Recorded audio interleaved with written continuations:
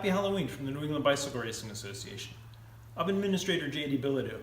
I'm not actually hunting vampires. I'm here to talk to you about proper cyclocross course stake selection. Basically, which stakes to use when. These days, the majority of your cyclocross course markings are going to be done with a plastic step-in stake. It's about a 4-foot long plastic post, metal pin at the end. They're easy to use, easy to set up, it's fast. You find these everywhere. These do have some limitations, however. Primarily, this post should be used for running your course tape. You can use your plastic barricade tape, caution tape, whatever you want to call it. You don't want to use this post for anything that is heavy, subject to a lot of wind, snow fencing banners. There's a lot of flex here. So this post, barricade tape. For snow fencing, for banners, anything that needs more rigidity, you're going to want to use a grade stake. These are wooden posts, about 1 inch square. They've got a chisel tip on the end. This particular one, we actually color code our posts depending on what they're going to be used for, whether it's for snow fencing, for banners. We also use these in the apex of turns. Anywhere that stakes are likely to get broken, this is a more durable post. It will still break if somebody hits it.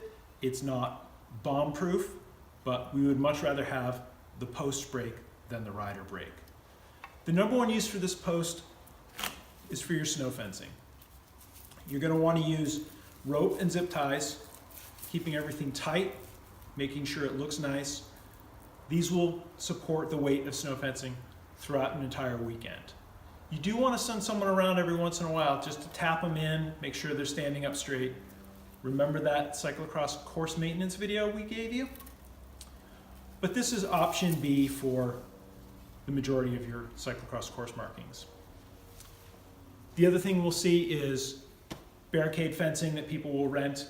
And then you can also use natural barriers in the woods if you have sort of like a tree line, a scrub line. Basically, you want to keep your course marked, but safe. There's a couple things we don't want to see you using for course markings. The metal stake. These are really unforgiving. The edges can be really sharp, especially after they've been pounded into the ground a couple times. So there's really no good reason to use these. That wooden stake is going to suffice in just about every situation.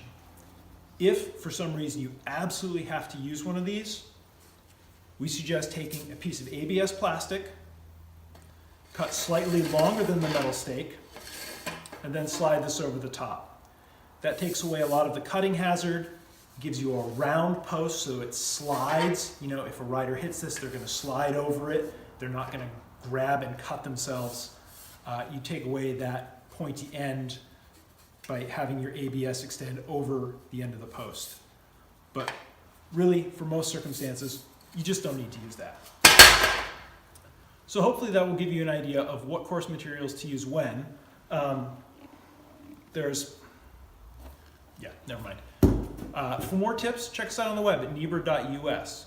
Like this video, subscribe to our YouTube channel, and we'll see you around.